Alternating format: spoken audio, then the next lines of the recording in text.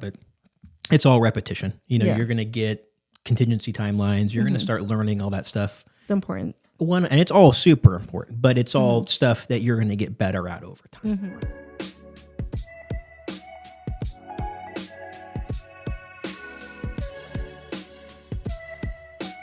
Welcome to another podcast with Get Real Estate with Liz. And today I have a special guest, a friend of mine, business colleague, partner, whatever you want to call it. That's all I am.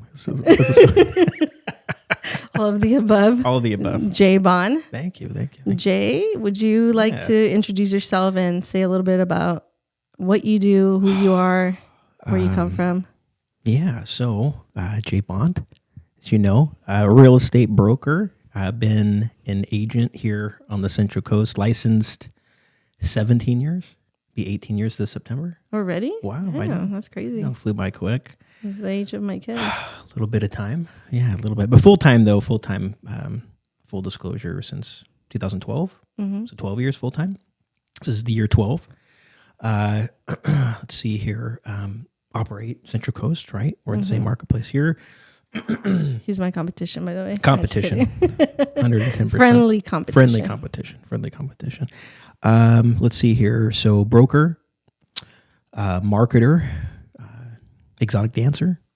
I didn't know that part. Dare I say triple threat? No, I'm joking. No. But yeah, broker, I'm getting more in the speaking space, right? Doing more mentoring, coaching stuff, I feel like these days.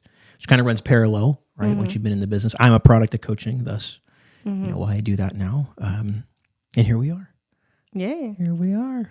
So, Jay, you said that you've been in the business for almost 18 years and then 12 years to the date. That's correct. Full time. How did that transition, if you don't mind me asking? So I got in the business bright-eyed, bushy-tailed, like most of us do, right?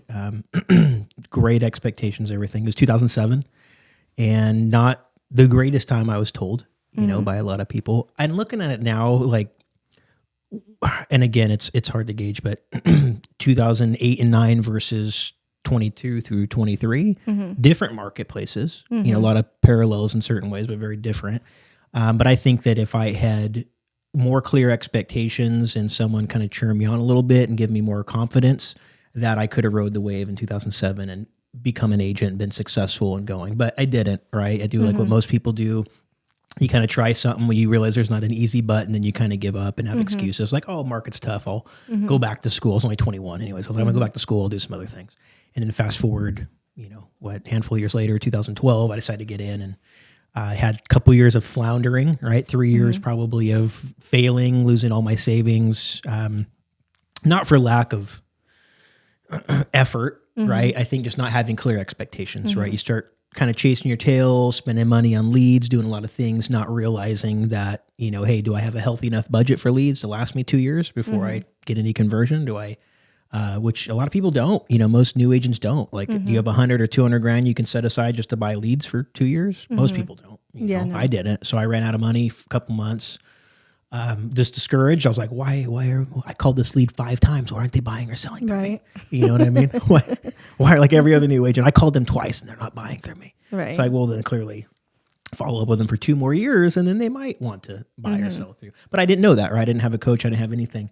And then, getting into coaching 2015 is when I had my parallels, either that or I'm going to work at Starbucks because I'm not going to have any options here in this county. Not to knock my baristas out there. What up?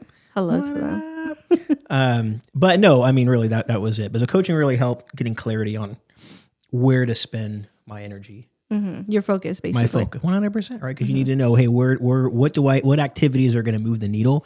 And there's so much noise in this business, and not to give away what we're talking about a little bit today, but why I'm with the brokerage that I'm with, that you're with, that we partner with. Because a lot of the business models and a lot of these brokerages, and you and I've worked for a few over the years, from large to boutique to, whatever, they make money on agents. That's what they do. That's where their profit margins are. And, for certain brokerages, especially with cap structures, et cetera, once you've capped and this and that, you're kind of on your own. Right. And you kind of get left behind. And even before then, when you're a new agent, there's so much noise about, you need to go on Caravan. You need to, you need to pay for this course. You need to do our training and how you need to do all these things. And you're like, you know what? I can barely afford to be here right now. I'm just trying to get my business off the ground. Right. Instead of me spending half my day doing activities that are not moving the needle, you know, I got a lot of clarity early on. I'm like, wow, like all this water cooler talk, all this stuff at the office they're trying to do. Why don't I just tell them all no? Yeah. No, and it's true because right now the expectations when they see all these TV shows, you know, like $1 million listings or all this stuff, they just see like, I don't know how to describe it, but a picture that's not reality and False reality. expectations. Yeah, false Yeah, expectations. they see things that are not, you know, I tell people all the time, like, ooh, the shows. I'm like, you know, and you know the circles that we know. We see, we have dinner and go with a lot of the people from these Right. shows, you know, when Right. we go to conferences and Tom Ferry stuff and, you know, wherever else. And that's not how the industry is. It's not how things are done. And, you know, first and foremost, you know, I'd love to sit here and be like, hey, like we're negotiators, we're this, we're all of those things. You know, we learn contracts. You come out of like getting your license and you wonder like, whoa, I'm going to write contracts. Well, that's great. Who are you going to write contracts for? Well, I don't Right. know. Well, that's the problem. Therein lies the problem, right? It's like, hey, we're in the business of lead generation first. Yeah. And people don't realize that if you don't have people to do business with, I don't care how great of a negotiator you are.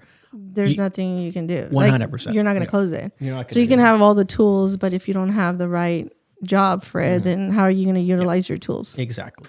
Not to say tools and training aren't good. I would challenge any new agent to do I was this. just giving an analogy. Yeah, no, it's perfect. It's perfect. But I would tell any new agent to do this. Why don't you spend 90% of your day prospecting and following up with leads, like long tail nurture, for 90 days?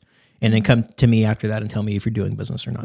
Like you will be. Like contracts, negotiating processes, that's all stuff you can learn by doing, but you can't replace prospecting. And so, you know, and you know how I operate and what I do, but like I maximize my day doing that. And I think any agent that does is going to get the best return. So going back to my original point is, you know, there's a lot of brokerages with a lot of noise, right? And so now it's great having been an independent broker owner where I've owned my own company, seeing the pluses and minuses of that now being at a ship where it's being run really well. It's really well oiled. There's a lot of support, but the more beneficial thing is there's no one in my back pocket. You know, there's no one in our back pockets that are hindering our growth, you know, because if I'm paying people for things that you're not really getting value wise, right? If I'm at a company, brokerage or otherwise, if I'm not getting leads, if I'm not getting real direct support or quality training, I'm not talking about someone I have to pay that has never really done it before, trying to teach me, like going to college. Whoa, Right. it's like going to college. I did 7 years of that. Let me go sit in a classroom with a guy who has a piece of paper who says he knows something because he read a lot of books, but he's actually never been in the field and done it. Right. You know, that's what a lot of people are getting Experience. 100%. That's a lot of people are getting educated on.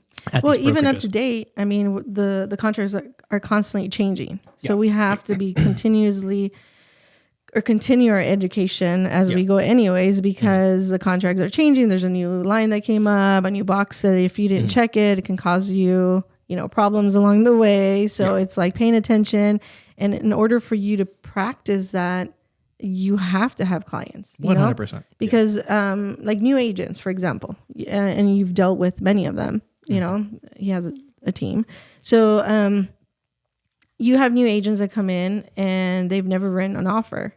And so now that they're going to be writing an offer, they don't know how to write it because they don't have that experience. And then the next time that they have another client, they're questioning themselves again because they don't have that practice. So it's important to prospect, like you said, and the money's in the follow up. 100%. You know, so 100%. Yeah, and then you know, transaction stuff, you're always going to get support to some degree because of the liability and this and that, but it's all repetition. You know, you're going to get contingency timelines. You're going to start learning all that stuff. the important. And it's all super important, but it's all stuff that you're going to get better at over time, right? Just like prospecting, just like anything else. But first and foremost, you have to fill that pipeline, and that's so critical for new agents, especially right now. You know, because this has been a challenging market last 2 years, and you know we're going to see. We've already been seeing a lot of people who are no longer in the business.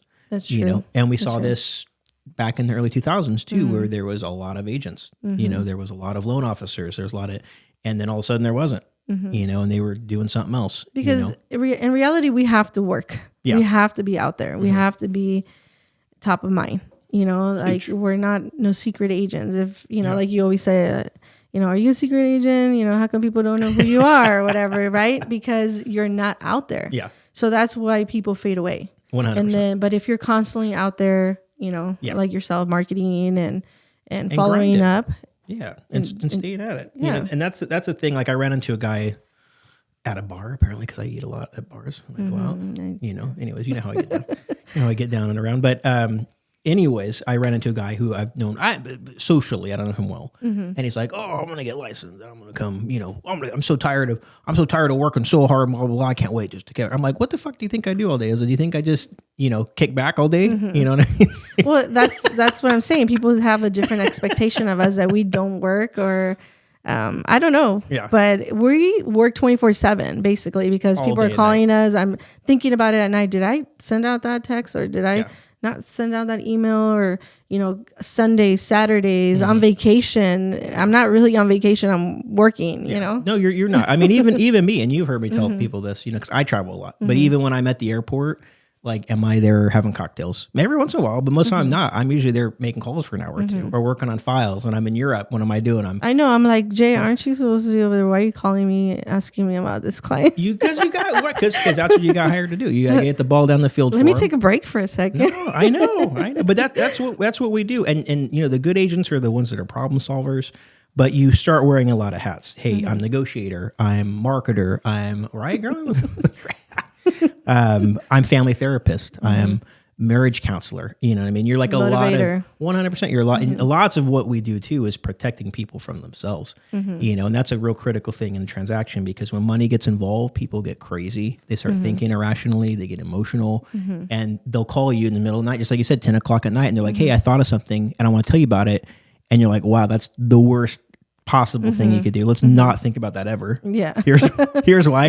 I wasn't going to take your call because I was in bed and it's 10. I got to get up at 5, but I'm going to take it because that way you're not stewing till 1 a.m.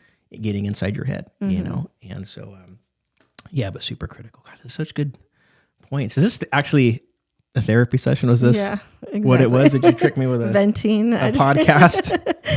I'm wearing my podcast. I'm gonna get a $300 bill from Elizabeth at the end of this therapy session. No, but it's great information because there's a lot of people out there that they see us or they see like I said, the TV shows and they want to be in the business.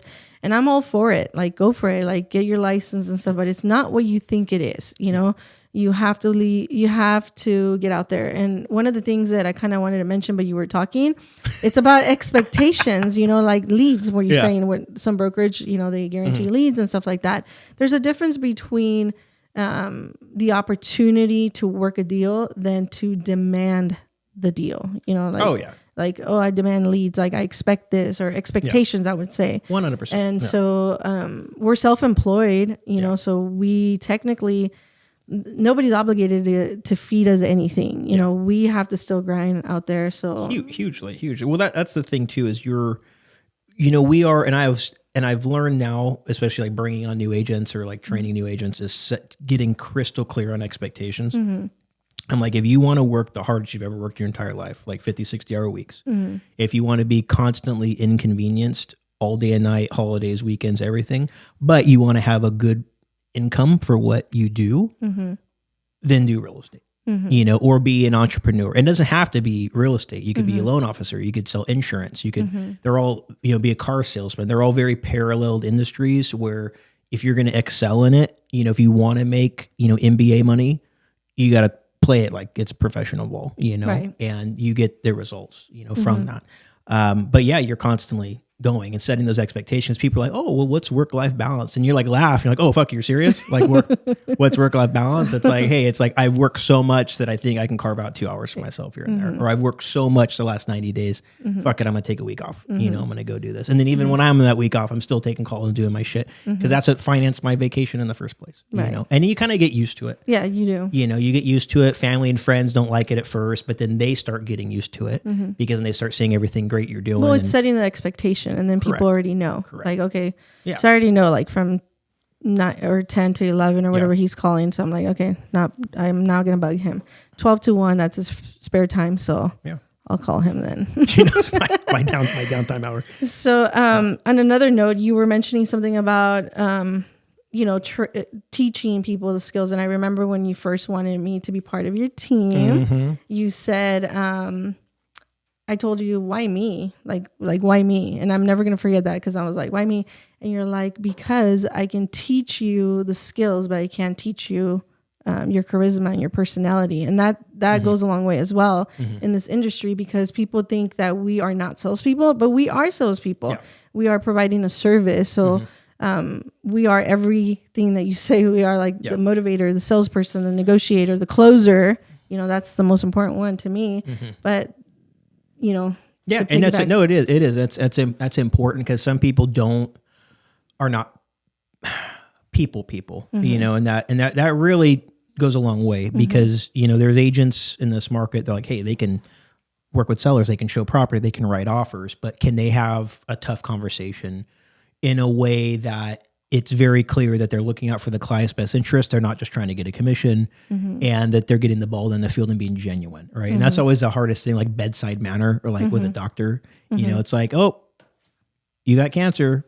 Well, this was fun. Have a great day. You know, it's like, no. It's like, hey, you know what? Guess what? Yeah, we found a tumor. It's, you know, but I think we got a 6-month treatment plan. 70% chance of success. You know, I think there's a shot. That's a lot better. Oh yeah. Right. And like, that's what we do, you know, is communicating information, transparently, but also doing it in a way that they understand what we're trying to accomplish and how you're trying to protect them. Because that's the hardest thing, because there's nothing that'll kill you more than working your ass off, really trying to go, you know, above and beyond, and then have them be like, you said something that makes me not trust you anymore. Right. Or you communicated this and I think you're working for a buyer now. I think you're working for the seller. It's like, no. Yeah, like, you don't have the best interests. Exactly. You know, it's like, no. Let's take a step back. Let's look at it from all angles. Right.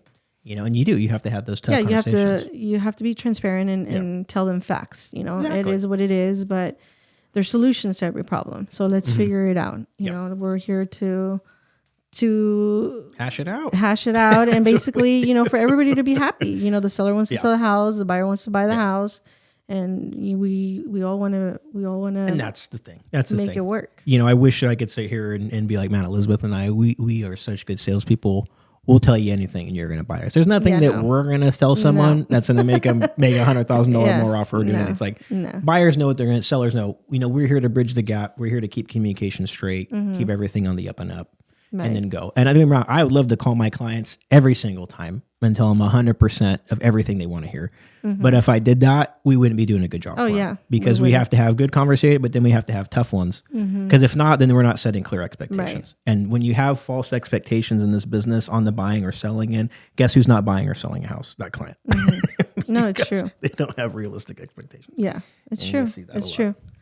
On another note, you know, you were talking about tools and the mentoring, and that's kind of what helped you out to continue these last 12 months. You know, how important is mentoring, like you said, because, you know, you mentioned about starting and then kind of losing everything and then kind of giving up. What made you come back and then get that mentorship, and how did that happen? You know, people are, and this isn't me, you know, it's easy to come off and be like, hey, like I'm the most badass mofo. I'm so resilient. Like I'm going to just keep fighting. Well, you have to say that to yourself too. You do. You got to motivate. Like I am wired, and like, I know that whatever I was going to be or do, I was going to be successful at it or like die trying. Right. And so to that regard, you know, floundering in this business, getting some direction on, hey, like someone came to me and said, hey, you should consider getting a coach. Like, I don't think it's lack of effort on your part. I think it's just clarity and direction on a roadmap on what you need to do, right? And where you need to put your time and energy in this, and that. And they were absolutely right. And I saw that and I'm like, wow. I'm like, okay, well, here I am going in 50 different directions. How about I narrow it down to like 3 or 4 that don't cost me any money. They're just going to take my time and energy and then really double down on it, right? And then go. And my word of advice for people, not even just in business and entrepreneurship, but in life, is learn to operate 100% outside of your comfort zone, because that's where all the growth happens, right? It's where your personal growth happens. It's where your professional, spiritual growth happens, all that kind of stuff. People who stay in their comfort zone are people who never go anywhere in life. Right. They don't, because they don't take chances. They won't take a chance on themselves. What's that? Who Moved My Cheese? Oh, dang. We did read that book. I know. And that's the truth. And you know, and sometimes that means failing, right? Sometimes that means losing it all, starting over again. But sometimes those losses I always tell everyone, I'm like, what? And there's nothing wrong with that, With what, losing? with failing or losing No, not at or all. anything like that. You need that. Yeah, you need exactly. that. You need, a win is, and I always ask, and I've asked you this too, like a win is great, but what do you learn from a win? Nothing. Nothing. You learn what it felt like to win, but what do you learn from a loss? A lesson. Right. Hey, I know not to do that again. And sometimes it's expensive. I've made, thousands, hundreds of thousands of dollars in mistakes over the years. And like you kick your toe, but then you get over it. You're like, wow, guess what? Well, I learned that. And that's what like mentorship and coaching does to a certain degree too, because lots of times it can help you, not have those expensive learning mistakes or curves.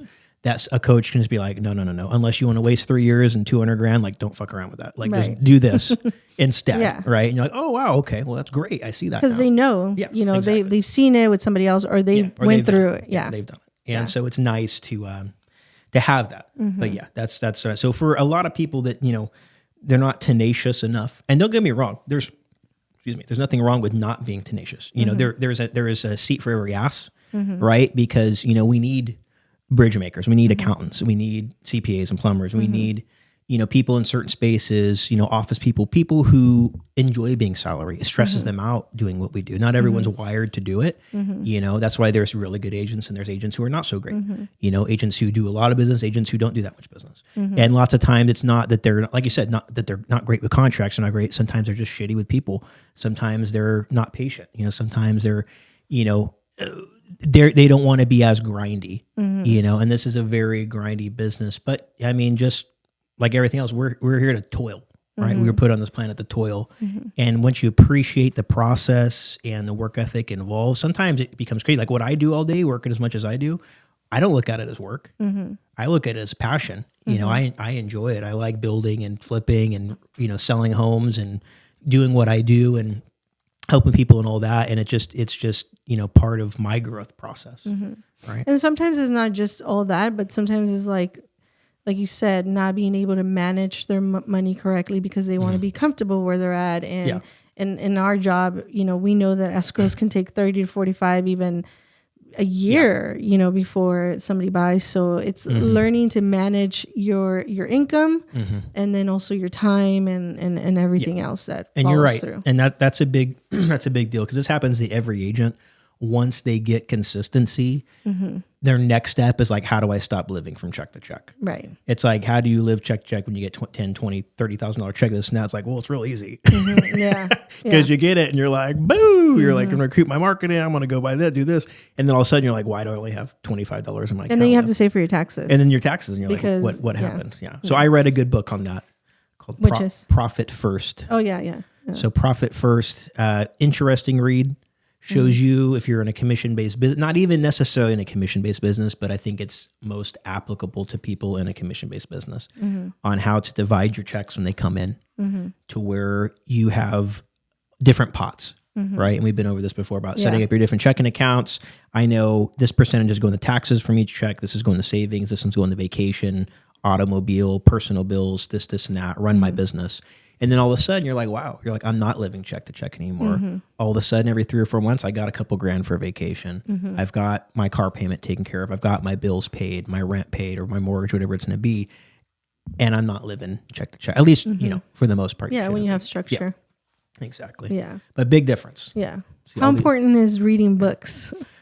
Reading books is important. A lot of people argue about this, and I know we had a book club. We did have a book club, yes. And there's a lot of successful entrepreneurs, and some of them are so busy, and they really are that they can Audible, like audiobook. That's like all they have time for, and it's a great way to consume content. Yeah, while you're working out. Exactly. My problem. And I have this problem when I sit down and read as well, because you know how my mind works. It goes in like 15 directions all the time. I'll be reading a book and thinking about 3 different fucking things every morning. And then I'll have to stop and reread the same page like 4 times because to make sense. Just to like shut out the voices in my head. I'm like, all right, let's count all those other shit. Yeah. Let me focus on what I'm reading on the page. But yeah, I like reading because I feel like it works a different part of your muscle. Like this past year, admittedly, I switched to audiobooks at the gym, driving this and that. Just because I was getting angry at myself, I wasn't finding my time to read like my 10 pages a day in the morning because I just had so much shit going on. I'm a lot busier than I was 5, 6, 8 years ago. And so now I actually took the goal this year was to just like, hey, no matter what, like before bed, whatever it's going to be, I'm going to carve out, read that 10 pages and then go. And I just feel like it works my mind differently. Less distraction. Because even driving, sometimes I just tune it out. Like a talk show, and then I'm like, "Fuck! I got to go back and re-listen to all this shit again because I was zoned out." And it's like, no, focus, book in front of me, go. But it's important. It's important. Super I think, important. And the right books, they're right books. I'm not reading Harry Potter and shit. Not to say that that's not an amazing, series, but that's my daughter's. Shout out, Harry Potter. Sorry, Jessica. But it just, like I said, it teaches you lessons, gives you opportunities to learn from people who have done it before. If you just want to if you want to just shave off years and years and years of learning curve from all aspects of your life, business, personal, spiritual, whatever it's going to be, then read nonfiction books.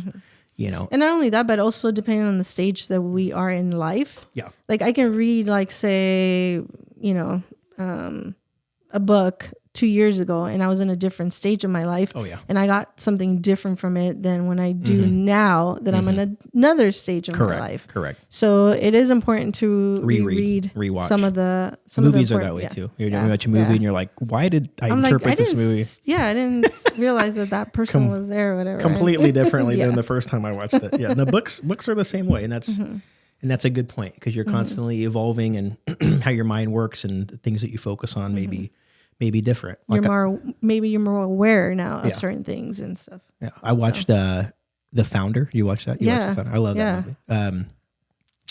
And the first time I watched it, we were talking about it. How many go? It's a great movie. I cried. I shed a tear. Second time I watched it. First time I watched it, I was on a flight to Europe. Soaked in, but the second time I watched it, like, especially when he made it, you're like, motherfucker. You're like, yes. Like, yeah. You're like rooting for him. Like, I shed a little. And there's different aspects in that movie, and it teaches you the person that has the passion, the vision, and the worker, like, somebody that limits themselves to somebody that has unlimited beliefs, so it's a well-rounded movie that sees different aspects of everybody's lives. Hugely. And great movie. It's a great example of disproportionate energy in one direction. And I always tell everybody that. And it's like, hey, I would love to sit here and be like, hey, you're going to be a successful entrepreneur and run a business, and you're going to be a great dad, and you're going to have all this personal time for your friends and family and your kids. I'd be lying to you. You're not. At first, the first handful. I'm just kidding. Well, as you know, the first handful of years, it's like you can't be everything to everyone. Right. You can be disproportionate in one direction. And I put it to you like this for anyone. If you put disproportionate attention in how you make money, after a certain amount of years, you're going to have so much consistency with that momentum that now you can afford to spin off and carve out a few extra hours of being a better husband, being a better dad, traveling more, having more time, doing those things, right? But it only comes with money. And why, money's not everything, but money creates opportunity, right? Money it's a creates. Tool. I always say money's a tool and nothing more, nothing less. It is. Take it from someone who's a tool.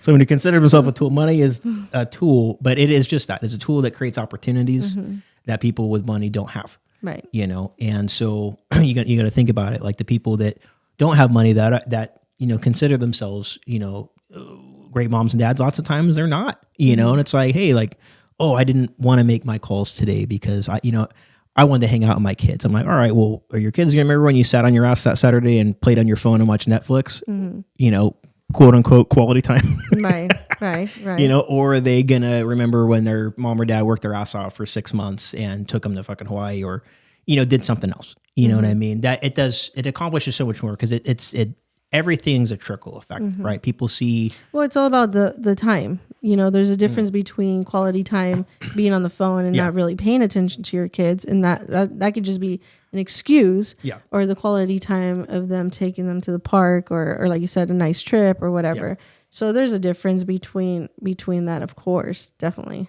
So yeah. Absolutely. God, look at all this. This is the best episode Liz has ever had. The best episode.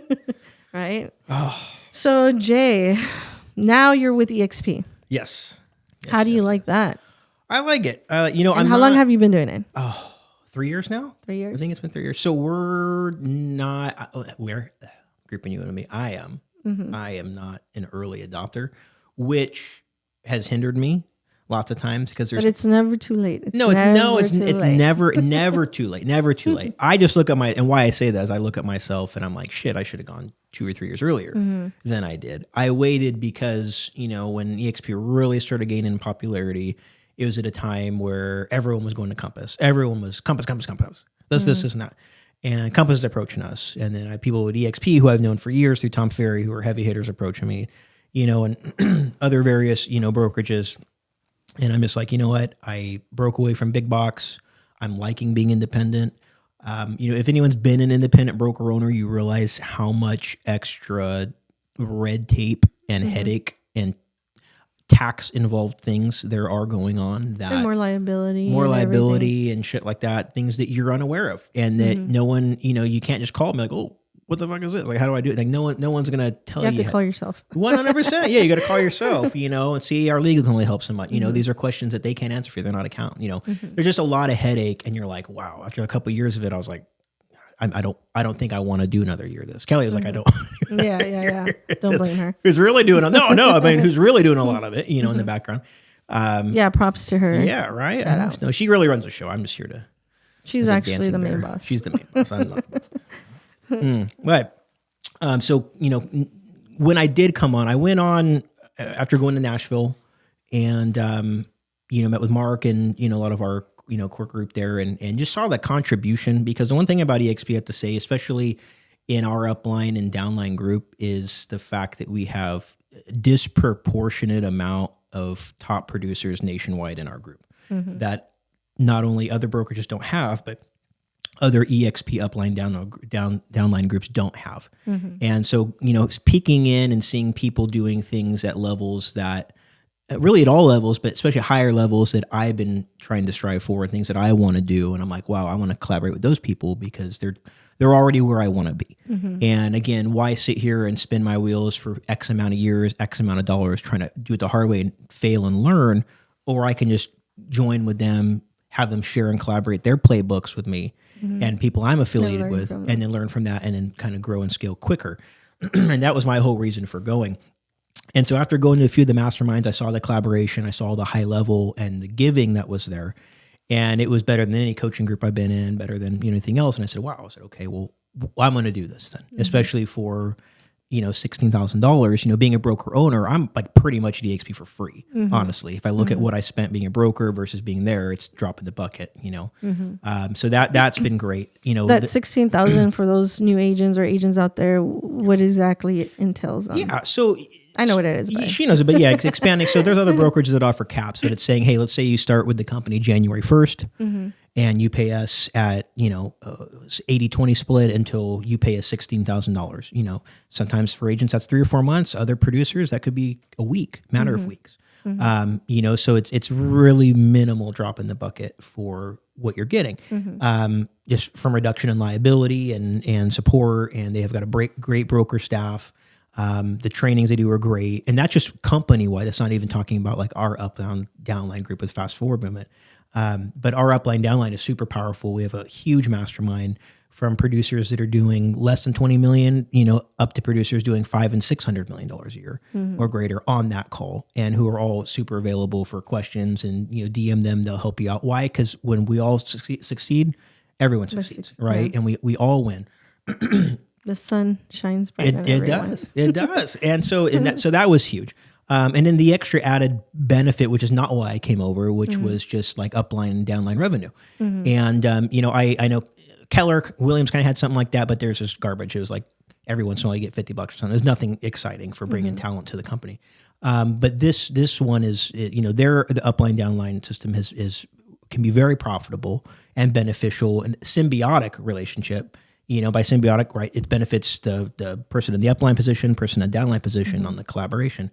But it's actually recognizable. And so, a lot of people are coming in to the company with a business model saying, hey, I want to recruit to my downline. Well, hey, from a passive income standpoint, I know agents that are making anywhere from 20 to 100 grand a month plus from their downline. And that's just from recruiting talent to our Fast Forward family with EXP, bringing people on that we know are going to succeed, that are always going to sell, that are going to benefit from the collaboration that we do.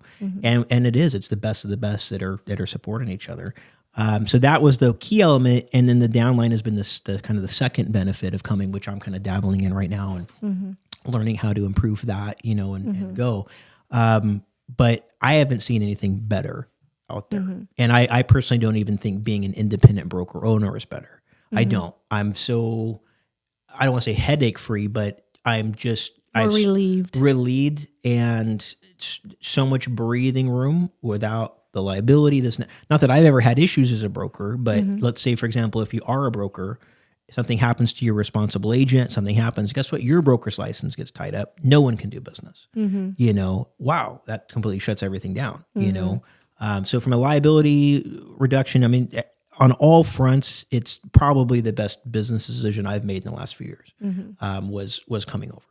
And then now just seeing the added benefit of bringing on talent, like building out a downline, supporting their growth, and vice versa, because then everybody wins. Everyone's, and when people are making money and they're doing well, it just perpetuates that, right? So that's been the core thing, And then there's also EXP stocks. Stocks, yeah. And so the stock contribution is cool. I think it taps out at like 5%, I think, for what you can do from your contribution. But then you get company stock awards, and I'm sure you've been seeing those. Yeah. I paid attention this last year because market was down, this and that. I'm like, I'll stop buying stock. Doesn't make sense right now. And then based on like production, just my own individual production, like they were awarding me stock. Congratulations. Yeah, you get the emails, and after a while, I'm like, what are these emails? I know. At first I was like, what is that? And then you look at it, all of a sudden you're like, holy crap. Like I think I got like 20 grand in stock or something. A lot of it's vested, and that's money that's just there, and you can go. And I know people 3 years ago that were, when stock was up and they were within 2 or 3 years, they'd saved a couple $100,000 in their stock, sold it, bought a rental property, did something else, so there's just so many avenues with the company that they really genuinely want to succeed, and they're doing everything they can to put more dollars in your pocket. And that's the first brokerage that I've been part of where they're not trying to put on that front and then trying to keep their hand in your back pocket when you're not looking. It's the only brokerage.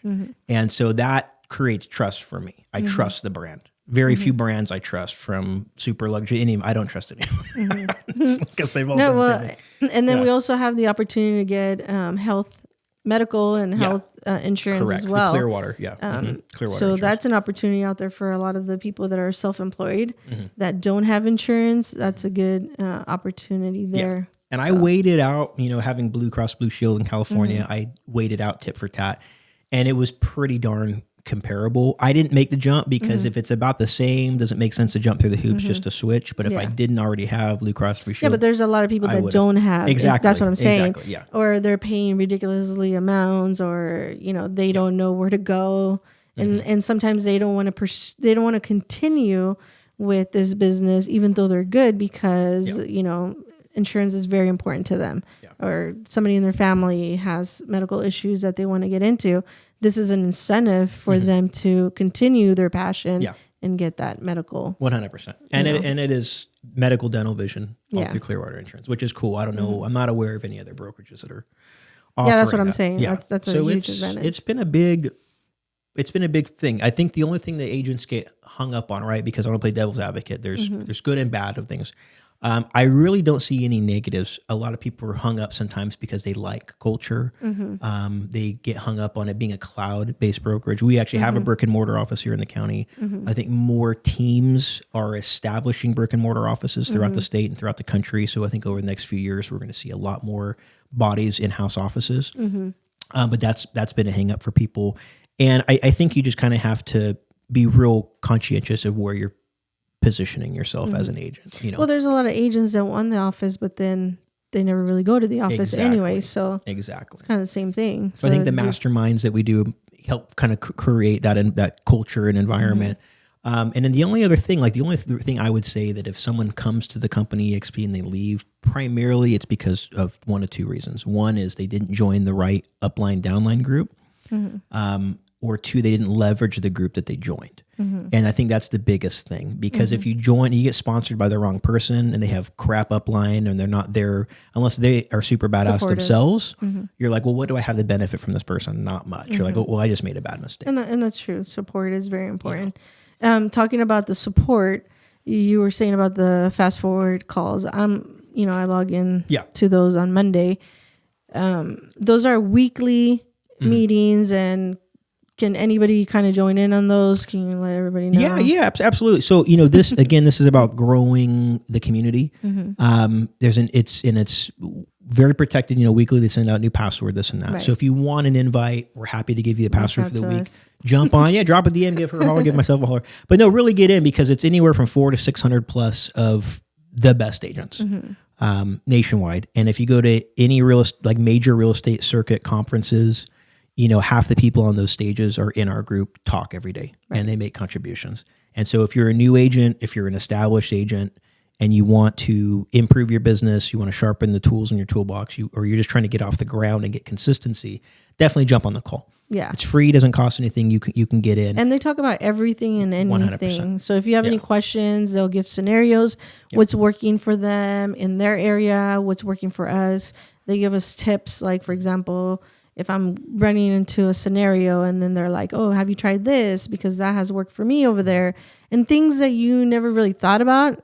It gives you so many ideas, and I really enjoy those calls. So. Well, it does. And it gets you out of your head on things. And it's people that are doing it at high level, right? And they'll rotate topics. You can go to a website, submit your question weekly. They pick 3 questions. They address it. You get contribution from the group. They share their materials, all that. It's amazing. And then Wednesdays at noon, we have our generals call. And that's like people doing 50 million up. And I think they're going to start a lieutenant's call, which is like around 25 million up to 50.